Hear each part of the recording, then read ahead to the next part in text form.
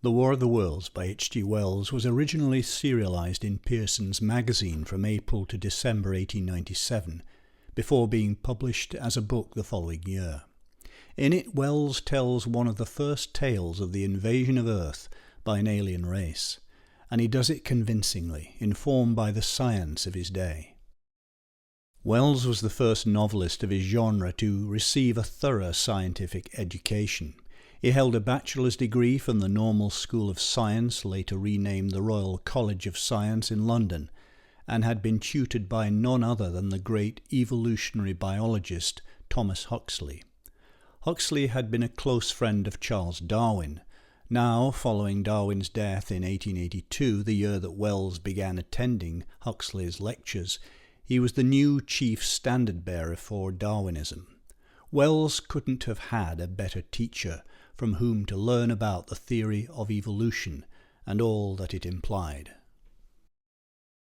For Wells, as for his contemporaries, evolutionary theory was at the hub of biological thinking. It dominated much of what he wrote, both in the form of fiction and science journalism.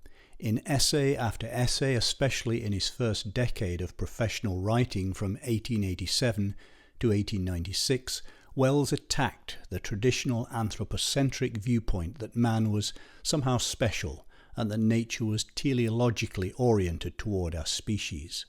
What was Homo sapiens but just another accidental episode in the panoramic sweep of history? That was Wells's fundamental premise, and from it he went on to contemplate the precariousness of man's tenure on Earth.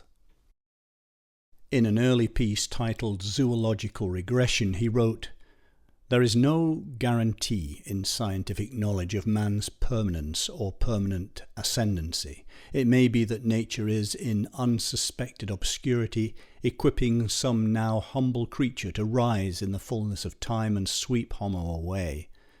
The coming beast must certainly be reckoned in any anticipatory calculations regarding the coming man."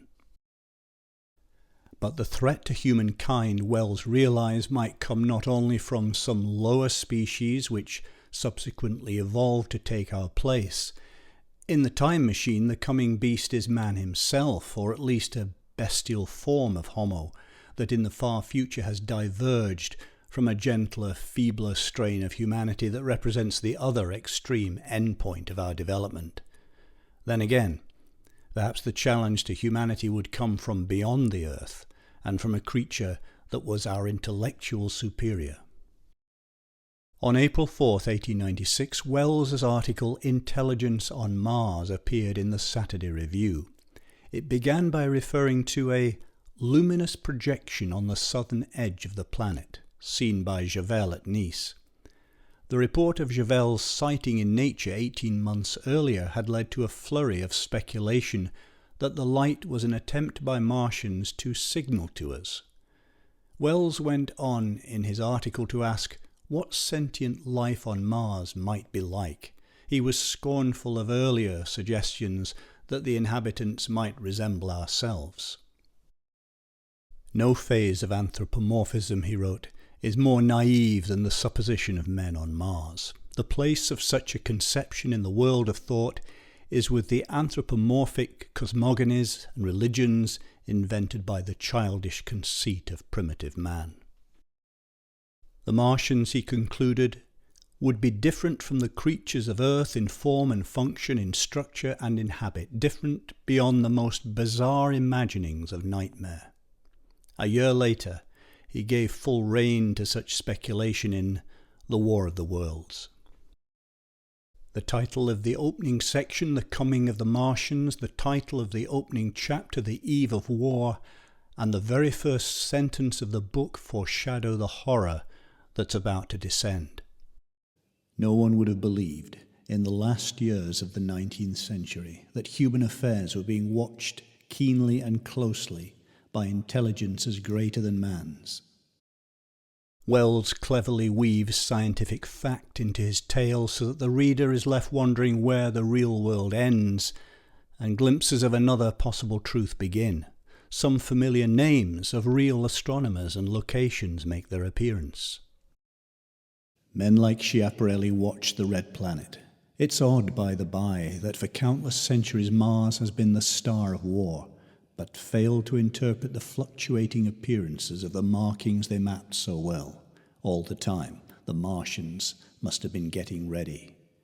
During the opposition of 1894, a great light was seen on the illuminated part of the disk, first at the Lick Observatory, then by Perrotin of Nice.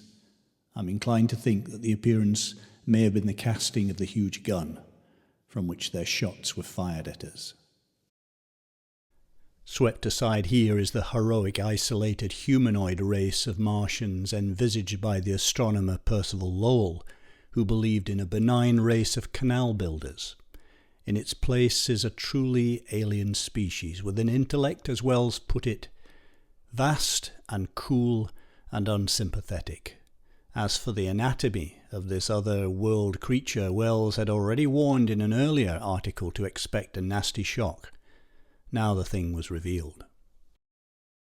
A big, greyish, rounded bulk, the size perhaps of a bear, was rising slowly and painfully out of the cylinder. As it bulged up and caught the light, it glistened like wet leather. Two large, dark-coloured eyes were regarding me steadfastly. The mass that framed them, the head of the thing, it was rounded, and had, one might say, a face. There was a mouth under the eyes, the lipless brim of which quivered and panted and dropped saliva. The whole creature heaved and pulsated convulsively. With his appreciation of how living things were shaped and selected by their circumstances, Wells realized that where life arose on other planets, it would develop to suit the local conditions, such as gravitational pull and atmospheric makeup. Therefore, it wouldn't be easy for a creature that had evolved in one place to adjust to the environment elsewhere. Those who have never seen a living Martian can scarcely imagine the strange horror of their appearance. The peculiar V-shaped mouth with its pointed upper lip, the absence of brow ridges, the absence of a chin beneath the wedge-like lower lip, the incessant quivering of this mouth, the gorgon groups of tentacles, the tumultuous breathing of the lungs in a strange atmosphere, the evident heaviness and painfulness of movement due to the greater gravitational energy of the Earth. Above all, the extraordinary intensity of the immense eyes culminated in an effect akin to nausea. There was something fungoid in the oily brown skin. Even at this first encounter, this first glimpse, I was overcome with disgust and dread. Thus was spawned the nightmare of the pulsating brain, of the malicious anatomy, the alien from hell, and the nightmare, too, that might follow were it to transpire that humankind was far from being near the pinnacle of cerebral development. Elsewhere in space there could be, as Wells put it, species with minds that are to our minds as ours are to the beasts that perish. And what if those minds meant us no good? How could we possibly stand against them? This is the fear that Wells so skillfully implanted. An alien race, alien in appearance, and with an intelligence and technology frighteningly superior to our own.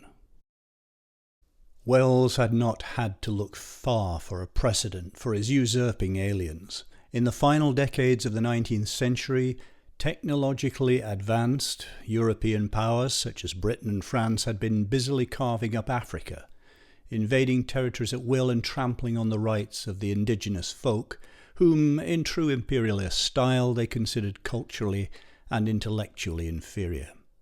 As Wells points out in the prelude to the Martian mayhem, are we such apostles of mercy as to complain if the Martians warred in the same spirit? Partly this urge to grab new resources and strategic land around the world was a response to instabilities within Europe itself, and so Wells was able to touch another raw nerve. Throughout the latter part of the 19th century, the continent was in a perpetual state of tension, the major powers playing a dangerous game of shifting alliances and rivalries. War never seemed more than a careless gunshot away. It might even come from the air, given that gas balloons had been used by the Germans during the siege of Paris in 1870. So, just as Lowell's concept of a worldwide canal network and giant pumping stations had seemed all the more credible against a backdrop of rapid engineering and industrial progress, it was to a public all too familiar with news of international unrest and threats of invasion that Wells directed his menacing tale.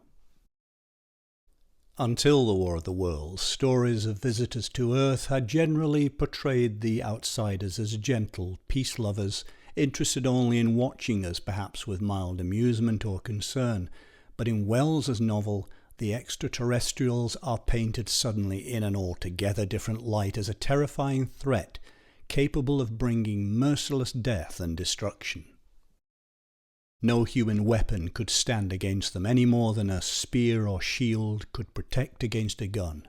Wells showed how pathetically helpless we'd be if a malignant alien race centuries ahead of us did decide to attack Earth. And in doing this, he caused something to stir that had been buried deep within our animal subconscious, the naked fear of the prey when confronted by an irresistible predator. To technological man, the effect of this sudden exposure to a long-suppressed dread was devastating. Humankind had begun to imagine it was secure in its role as master of the planet. But Wells revealed how feeble our tenure might be should superior beings from elsewhere choose to come and wrest control of the Earth away from us.